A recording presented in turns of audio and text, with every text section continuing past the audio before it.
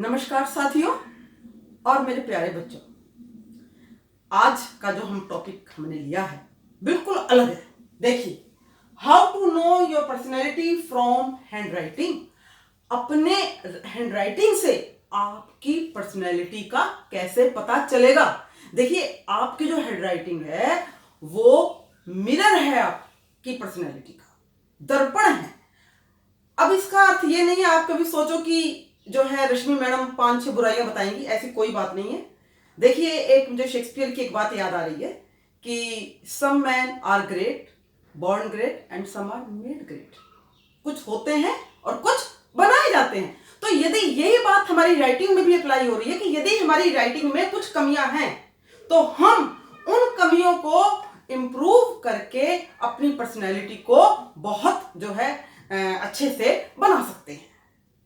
अब मैं ये नहीं कहूंगी कि ऑल ओवर चेंज हो जाएगा। देखिए, लेकिन हम स्टूडेंट्स के मामले में, बच्चों के मामले में जो है इसमें पेरेंट्स भी और टीचर्स भी और हमारी सोसाइटी एक बहुत ही यूजफुल रोल प्ले कर सकती है। तो ये आपको पता चल ही गया होगा। और इसमें आप पूछेंगे मैडम इसके फायदे क्या हैं, तो बहुत फायदे हैं। हमें अपनी कमियों का पता चलता है, हमें क्या जॉब करनी है, क्या हमारी नेचर है, क्या हमारी जो है पर्सनैलिटी है और हम उसके अंदर कैसे चेंज लाएंगे। तो ये वीडियो आप बिल्कुल from the very beginning to the end आप देखेंगे। और यदि अभी तक आपने मेरा चैनल सब्सक्राइब नहीं किया है वो भी आप करेंगे ताकि आपको सभी वीडियोस समय पर मिलती रहे। तो चलिए बिल्कुल स्टार्ट करते हैं। हमारी जो लैंग्वेज होती है हैंड राइटिंग की, उसको हम कहते हैं ग्राफोलॉजी। ठीक है, वो क्या है? Analysis of hand writing to identify your personality. यही चीज जो मैंने आपको बताई है, अपनी पर्सनैलिटी को जानना। अच्छा, इसके बारे में मैं एक बात आपको और कहूंगी। देखिए, लिखने से पहले क्या होता है, कई बार हम बहुत प्रेशर से लिखते हैं, ऐसे ऐसे करके पूरा ऐसे पेज के पीछे पूरा छप जाता है, लिखते हैं ना कई बार ऐसे। तो वो चीज भी गलत है। इसका अर्थ क्या है? आप बहुत डोमिनेटिंग नेचर के हैं, आप एंग्री हैं, आप जिद्दी हैं, तो आगे से इसको संभालिएगा, इस अपने नेचर को बदलिएगा। और दूसरा, जो ठीक लिखते हैं, लाइट वेव में लिखते हैं, वो जो है इसका अर्थ क्या है कि वो फॉरगिवनेस में बिलीव करते हैं, माफ कर देते हैं, थोड़े लिबरल होते हैं। तो इससे भी हमें एकदम से पता चल जाएगा। और एक फायदा तो मैं आपको बताना ही भूल गई साथियों।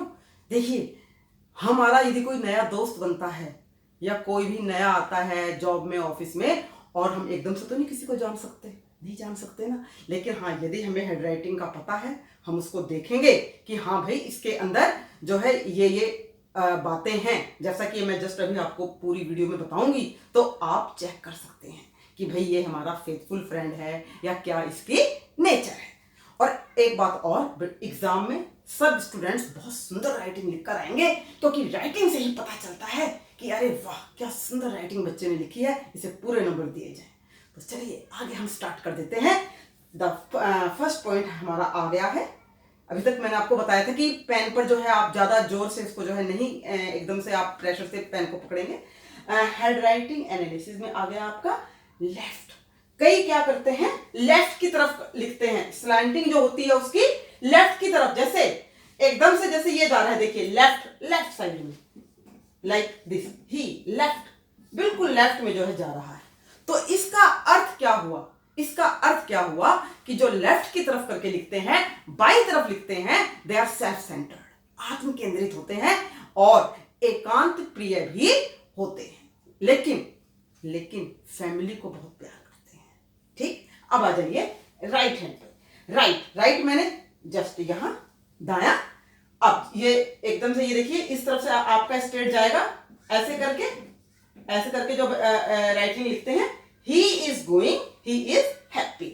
अब इसका क्या अर्थ हुआ राइट का, कि वो जो पर्सन जो राइट की तरफ जो उनका झुकाव जा रहा है, इसका मतलब वो ऑप्टिमिस्टिक है, फ्यूचर को देखकर चलते हैं और थोड़े सुलझे हुए व्यक्तित्व के हैं।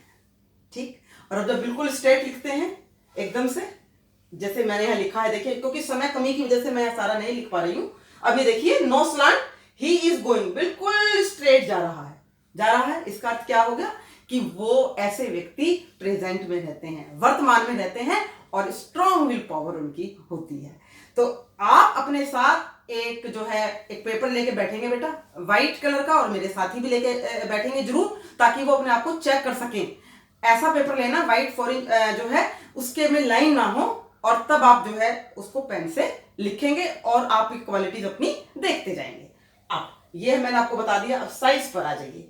कई तो बहुत ही बड़े बड़े अक्षर लिखते हैं, ठीक, लार्ज अल्फाबेट्स उनके रहते हैं।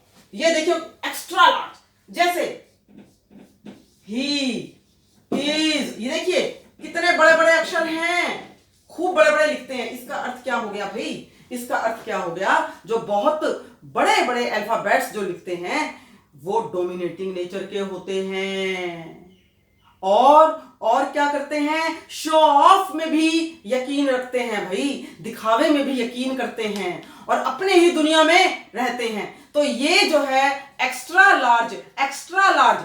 अब उसके बाद आ जाइए आपका स्मॉल। ये देखिए कितने स्मॉल हैं अल्फाबेट। आई विल हेल्प, बिल्कुल छोटे छोटे। इसका अर्थ क्या हुआ भाई? इसका अर्थ ये हुआ कि ऐसे लोग बहुत ज्यादा इंटेलिजेंट होते हैं, उनकी ऑब्जर्वेशन बहुत माइन्यूट होती है, बहुत ही माइन्यूट ऑब्जर्वेशन होती है, और परफेक्शनिस्ट, अरे खुश हो जाओ भाई जिनकी राइटिंग छोटी है और वो बहुत ज्यादा परफेक्शनिस्ट जो है वे लोग होते हैं। तो इस तरह से जो है आप देखेंगे, और जिनकी राइटिंग नॉर्मल है वो तो वेल बैलेंस्ड है, वेल बैलेंस्ड है ना, बहुत ज्यादा जो है वो हवा में उछल रहे हैं, और ना ही वो जो है अपने में खोए हुए हैं। तो ये हो गया आपका। अब स्पेस पे आ जाइए। स्पेस का अर्थ क्या होता है?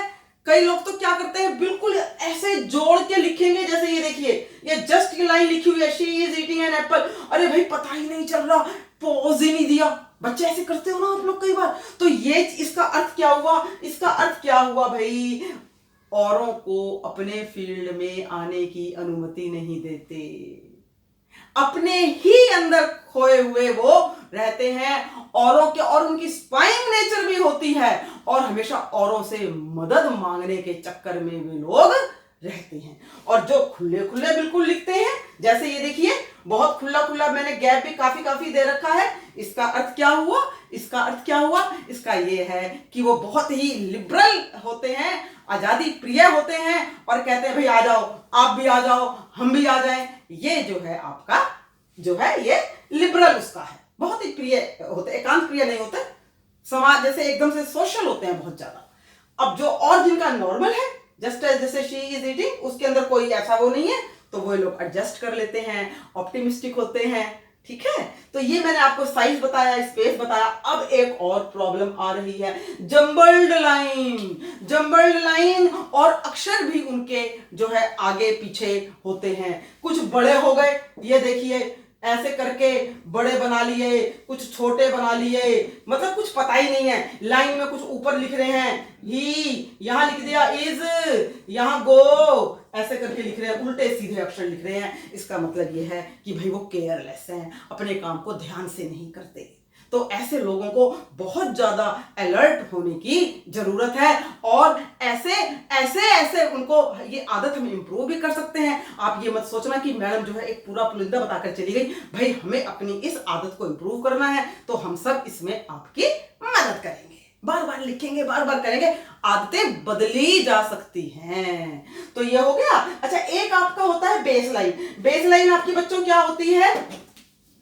ये देखिए कुछ तो लाइन पर लिखते हैं, ये देखिए बिल्कुल लाइन पर आ गया एक। कुछ होता है उनकी लाइन यूं करते करते ऊपर चली जाती है, और कुछ होते हैं वो स्लैंटिंग नीचे आ जाते हैं। तो जो ऊपर की ओर जिनके अक्षर चले जाते हैं लाइन में ऊपर, वो ऑप्टिमिस्टिक होते हैं, और जो नीचे जिनका चला जाता है वो भाई ऐसे ऐसे लोग जो हैं वो थोड़ा थोड़ा जो है क्या कहते हैं, निराशावादी होते हैं, परेशान जल्दी हो जाते हैं, बहुत जल्दी, अरे मैं तो टूट गया, अरे मैं तो ये हो गया। तो ये सब आपको, यदि आपका स्लैंट लिखने का जो है आपका जो बेस लाइन है, यदि वो नीचे की तरफ जा रही है तो आप इसको सुधारिए। तो इस तरह के हैं। अब कुछ लोग एंगुलर का लिखते हैं, एंगुलर है जो बिल्कुल कोण बनाकर, ये ऐसे करके, ये है कुछ राउंड लिखते हैं। तो ऐसे लोग भी बहुत इंटेलिजेंट होते हैं, और क्या होते हैं, गुड नेचर होते हैं। तो इस टाइप के जो है होते हैं, लेकिन वो थोड़ा फैमिली से कई बार दूर भागते हैं, तो इस चीज से हमें एस्केप करना है। कुछ है थ्रेड राइटिंग, जैसे जैसे करके यूं कुछ करके जो है एकदम से लिखते ही चले जाएंगे, बिल्कुल ही केयरलेस होके एग्जाम में लिखते हो ना, जब आपका लास्ट का थोड़ा सा पेज बच जाता है, वो उस पेज को मत काउंट करना। हाँ, जो बिगिनिंग में ही यदि ऐसा लिखते हैं तो इसका मतलब क्या हुआ कि वो सीरियस नहीं है, केयरलेस है, बिल्कुल ही ढंग से काम नहीं करते, but they are very intelligent, तो इनको इंप्रूव करने की जरूरत है। So like this. अच्छा, कुछ से हमें बिल्कुल बचना है, जो मैंने बात आपको कही थी ना कि कैसे बचना है, तो जो डबल हुक, ये देखिए, ये ऐसे करके जो ये डबल हुक बन जाता है आपका, ये बन गया, ये इसको अवॉइड करना है। यदि ये है तो सावधान, आप इस आदत को सुधारिए, आप इस आदत को सुधारिए, क्योंकि ऐसे लोग बड़े कन्निंग होते हैं, हम उन पर विश्वास नहीं कर सकते, वो कभी भी आपको धोखा दे सकते हैं, तो प्लीज बी केयरफुल। और ई का भी है, देखिए, कई जैसे ई तो हम जैसे ऐसे नॉर्मल बनाते हैं, लेकिन कई क्या करते हैं, ई को बिल्कुल ही पिचका देंगे, तो लाइक दिस मैंने आपको, और वो मूडी भी होते हैं, अकेले भी रहना चाहते हैं, जिम्मेवारियों से भी भागते हैं, तो ये सब जो चीजें मैंने आपको बताई हैं, ये वाली आपका जो मैंने लिखा है बी अलर्ट, उस टाइप के हैं। तो स्टूडेंट्स और my dear friends, I hope कि जो है आप ये वीडियो ध्यान से देखेंगे, अपने आप को जो है अपने को कंपेयर भी करेंगे, और कुछ भी यदि ऐसी और कुछ प्रॉब्लम है, कुछ है, तो आप कमेंट बॉक्स में जरूर लिखेंगे, मुझे बताएंगे कि कैसा लगा। So bye all my dear friends.